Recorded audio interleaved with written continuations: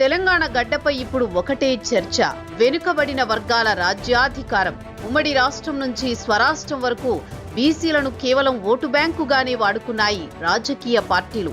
కంసాలి, వడ్రంగి, చేనేత, గౌడలతో పాటు ఇలా ఎన్నో కులవృత్తులే జీవనాధారంగా బతుకుతున్న మెజారిటీ వర్గాలకు దక్కిన వాటా ఎంత?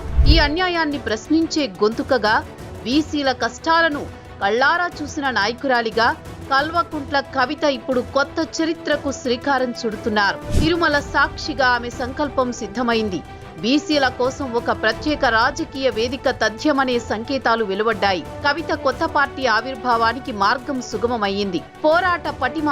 తెలంగాణ జాగృతి అధ్యక్షురాలిగా పల్లె పల్లెకు తిరిగి ప్రతి ఇంటి తలుపు తట్టిన కవితకు ఆయా వర్గాల కన్నీటి గాథలు తెలుసు. అందుకే ఆమె బీఆర్ఎస్ ఎమ్మెల్సీగా ఉంటూనే సొంత ప్రభుత్వంపై ఒత్తిడి తెచ్చేందుకు సైతం వెనుకాడలేదు.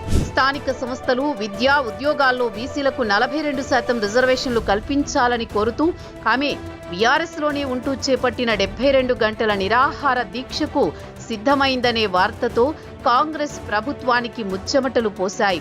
పోలీసులు అనుమతుల పేరుతో ఆమె దీక్షను భగ్నం చేశారు. రైల్ రోకో పిలుపులతో కేంద్ర రాష్ట్ర ప్రభుత్వాల గుండెల్లో రైళ్లు పరిగెత్తించిన ధైర్యశాలి ఆమె. ఒకవైపు కాంగ్రెస్, మరోవైపు బీఆర్ఎస్ బీసీ రిజర్వేషన్ బిల్లు విషయంలో దొంగ నాటకాలాడుతూ కాలయాపన చేస్తున్నాయనే విమర్శలు బలంగా వినిపిస్తున్నాయి.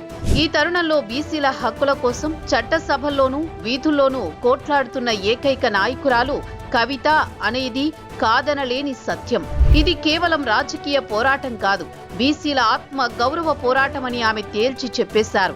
తెలంగాణ జాగృతి ఆధ్వర్యంలో జరుగుతున్న ఈ ఉద్యమం రాబోయే రోజుల్లో రాష్ట్ర రాజకీయ ముఖ చిత్రాన్ని మార్చేయడం ఖాయమని విశ్లేషకులు భావిస్తున్నారు. తెలంగాణ జనాభాలో సింహభాగం ఉన్న వెనుకబడిన వర్గాలకు ఇప్పుడు ఒక దిక్సూచి దొరికింది. కష్టాలు తెలిసిన నాయకురాలు, కదిలి వచ్చే సైనికురాలిగా కవిత రాజకీయ శక్తిగా అవతరించాల్సిన సమయం ఆసన్నమయ్యింది. బీసీలకు న్యాయం జరగాలంటే కవితక్క నాయకత్వమే శరణ్యమని క్షేత్రస్థాయిలో ప్రజలు గట్టిగా విశ్వసిస్తున్నారు.